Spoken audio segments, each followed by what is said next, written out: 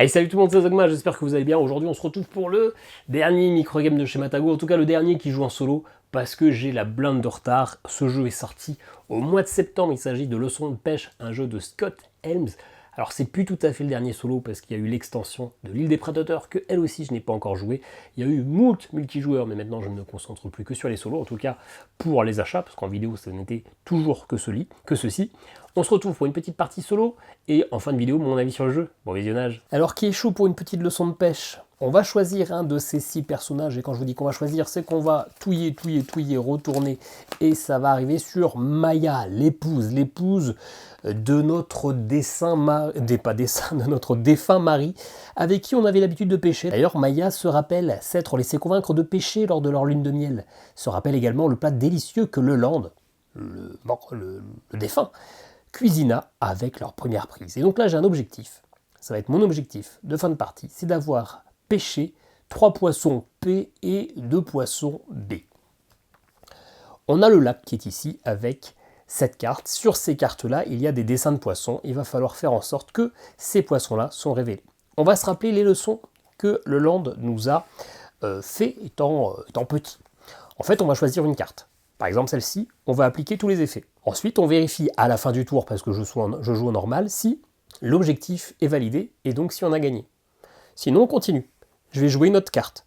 Bien sûr, j'aurai repioché une leçon, j'aurai toujours 3 leçons en main. Cette carte-là, je vais la jouer avant, après, entre 2 cartes, ou je vais remplacer une carte par une autre. Imaginons je la mets là, et ben je réalise toute la ligne de cartes, et après, je regarde si j'ai validé l'objectif. Ça, c'est pour le mode normal. En mode facile, on vérifie après chaque carte, ce qui rend le jeu très très simple. En difficile, c'est à la fin de la partie totalement qu'on vérifie, ce qui rend le jeu très difficile. Et quand est-ce que c'est la fin de la partie? Et ben c'est quand la pioche est vide, tout simplement. Histoire que vous voyez vraiment à quoi ça ressemble, on va faire la partie, et puis surtout vous allez pouvoir voir les poissons. Alors, donc moi je vais avoir 3 poissons B, 2 poissons B. Bah écoutez, on va commencer par jouer cette carte-là, qui me dit que je dois retourner 2 cartes. Donc si ce sont des cartes face visible, elles redeviennent face cachée. Si elles sont face cachée, elles deviennent face visible. Mon bonhomme est ici, sur la case du milieu, c'est toujours là qu'il commence, et vous voyez qu'on retourne celles qui sont adjacentes. Et vous voyez ici qu'il y a une carpe argentée C et un tilapia bleu T. Donc j'ai absolument rien besoin sur cette carte. Et ici j'ai mon premier P et un T. Pour pouvoir valider la partie, il faut que chaque carte soit utile. S'il y a une carte avec des poissons qui ne sont pas utiles à l'objectif, ça ne marche pas. Donc celle-ci, si elle est révélée, ça ne marche pas. Il faut que je la retourne. Et il faut que j'ai strictement 3P et 2B. Je ne peux pas avoir 3B, je ne peux pas avoir 4P, je ne peux pas en avoir plus. Il faut exactement 3 poissons chats et 2B. Alors les B, je ne sais pas encore ce que c'est. Bien, donc il va y avoir un petit côté de mémoire, parce qu'il va falloir se rappeler qu'ici, ça va être des P, on va probablement retourner les cartes, etc. Ensuite, ça me dit de soit me déplacer d'une case, soit regarder l'une des cartes face cachée sans la retourner. Bah écoutez, on va regarder celle qui est juste en dessous de moi. Il y a un C et il y a un P. Ok. Il faudra se rappeler qu'ici, il y a un P. Et que celle-ci, j'en ai pas besoin. Fin de mon tour, je repioche une carte. Ok. Alors, maintenant, je vais devoir faire quelque chose d'intéressant. Eh bien, je vais jouer celle-ci avant la carte que j'ai déjà jouée. Prenez votre temps, les poissons ne peuvent pas s'échapper du lac. Donc d'abord, ça me dit que je me déplace de 1 ou de 2. Eh bien, je vais me déplacer de 1 ici. Ensuite, eh ben, je vais retourner soit celle de gauche, soit celle de droite. Ben, je vais retourner celle de gauche. Comme ça, je révèle l'info. Ah, il y a un bluegill et une carpe. Ok. Sauf que je passe à la carte d'après. Je dois retourner celle-ci et révéler celle où je connaissais déjà. Et ensuite, eh ben, je peux soit me déplacer de 1, soit retourner une des cartes face cachée.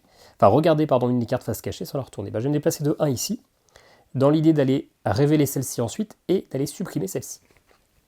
Ok. Est-ce que j'ai tout ce qu'il faut? Bah non, j'ai 2 P, donc il me manque 1 et j'ai aucun B. Ok. Ce qu'on va faire, c'est qu'on va utiliser cette carte-ci et on va remplacer celle-là. Celle-ci, elle est défaussée, elle sort de la partie. Je ne suis pas obligé de remplacer, hein, j'aurais pu continuer ma ligne, mais je préfère jouer moi avec 2 ou 3 cartes. Là, ça me dit de retourner les 3 qui sont là. Donc là, il y a un P, parfait. Là, il y a un B, parfait. Celle-ci, je la retourne. Ensuite, ça me dit que je me déplace de 2 ou 3 cases. Donc bien sûr, je peux me déplacer ici. Je peux me déplacer vers la gauche. Dans ce cas-là, je ne peux pas sortir de la zone du lac. Si je fais 1, et ben mon déplacement s'arrête, ce qui peut être très intéressant. Là tout de suite j'ai 3P et j'ai un B. Il me manque un B à valider, qui est soit ici, soit ici. Donc bien sûr qu'on va se déplacer de 2 ou 3, on va se déplacer de 1, 2. Est-ce qu'on se déplace de 3 On va se déplacer de 3. Non, on s'arrête là. Non, si. On se redéplace de 3. Ouais, on se déplace de 3 comme ça. Ce qui fait que je dois retourner celle-ci qui m'intéresse, parce qu'il y a un P, et je révèle celle-ci qui a un B. Ok. Ensuite, je dois me déplacer de 1. Ou regarder une face cachée. Donc moi, j'ai absolument besoin de révéler celle-ci pour gagner. Peut-être celle-ci. Et ça me propose de me déplacer de 1. Je vais me redéplacer ici, mais je ne suis pas sûr de ce que je fais.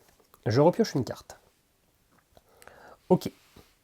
Alors en gros, si je retourne celle-ci, j'ai gagné. Donc il faut que j'arrive à faire un truc pour qu'on retourne exactement... Parce que là, en fait, techniquement, hein, ça marcherait bien. Il faudrait réussir à faire un truc qui est totalement équivalent et qui annule... Parce que là, ça révèle les trois là.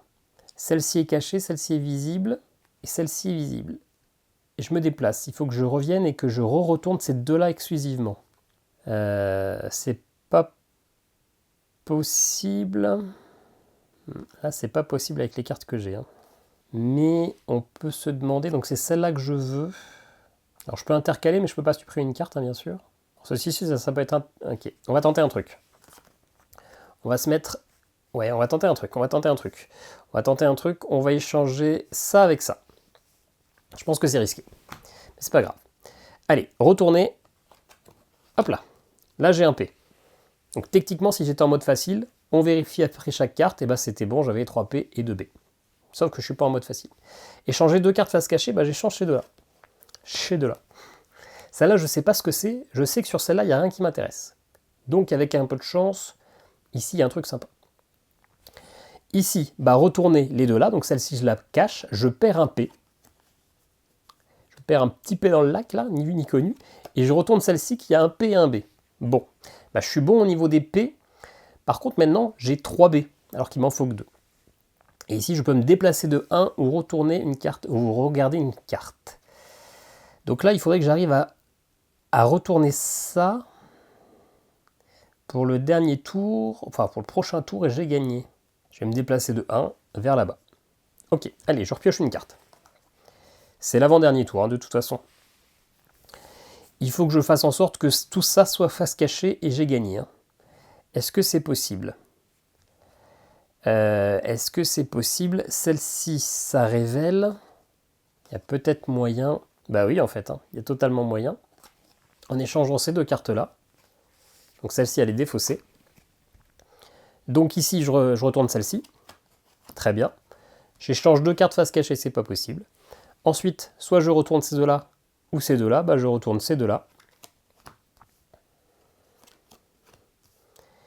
Et je peux me déplacer de 1 ou de 3, mais normalement, de toute façon, ça ne change rien. On va se déplacer de 1 ici, on va se remettre au milieu. Parce qu'il y a d'ailleurs une petite variante, il me semble, où il faut revenir au point de départ au niveau du lac. Et donc là, on vérifie, j'ai 1, 2, 3 P, et j'ai 2 B, donc j'ai gagné. La partie se terminée au prochain tour, parce qu'il ne restait plus qu'une leçon. Voilà, vous l'avez vu, c'est un petit jeu très très rapide, c'est un petit puzzle-tête, un petit casse-tête, où il faut avoir un petit peu de mémoire.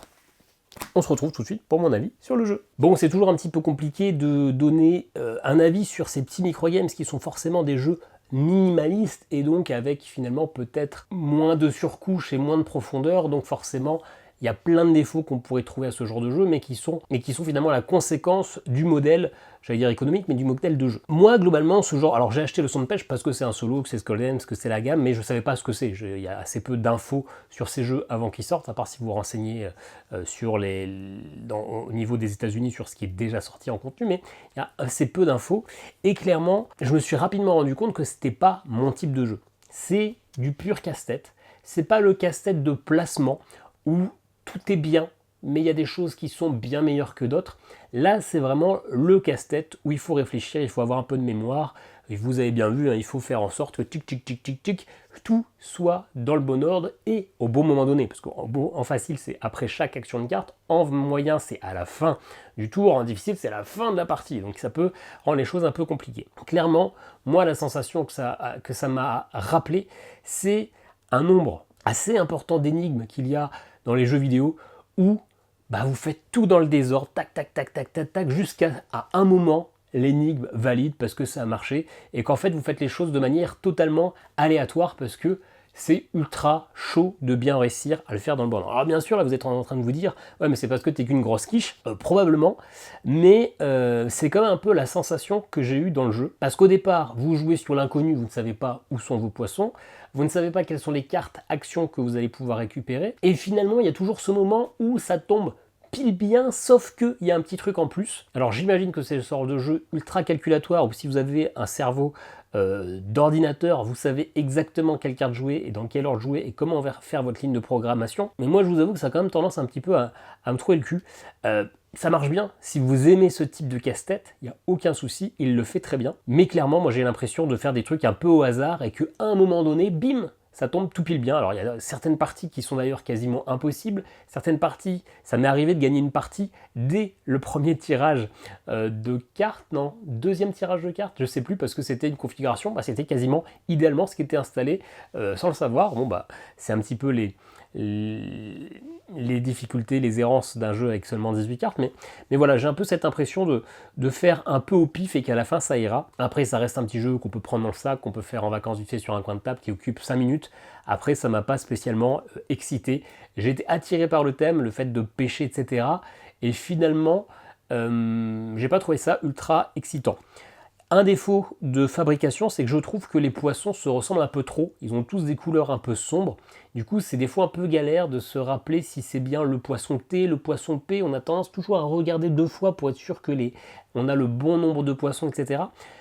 Certes, il y a le nom du poisson, il y a la lettre qui est écrite en plus gros, il y a la couleur, il y a plusieurs moyens pour différencier les poissons, mais j'aurais aimé finalement des couleurs plus vives pour directement savoir, même si c'est moins réaliste, que bam, c'est bon, j'ai ce que j'ai.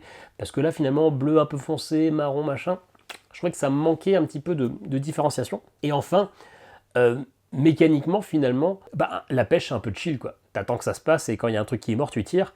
Et bon, c'est un thème qui est totalement plaqué parce que là, au contraire, vous êtes tout le temps en train de réfléchir, de vous casser la tête. C'est un jeu qui est fatigant, entre guillemets, alors que la pêche, c'est pas du tout fatigant. Vous avez plus le temps de boire des bières que de pêcher les poissons. Donc, bon, il fallait bien mettre un thème, hein, pourquoi pas, au moins c'est original. Mais j'ai pas eu l'impression de pêcher pour 3 francs 6 sous, quoi.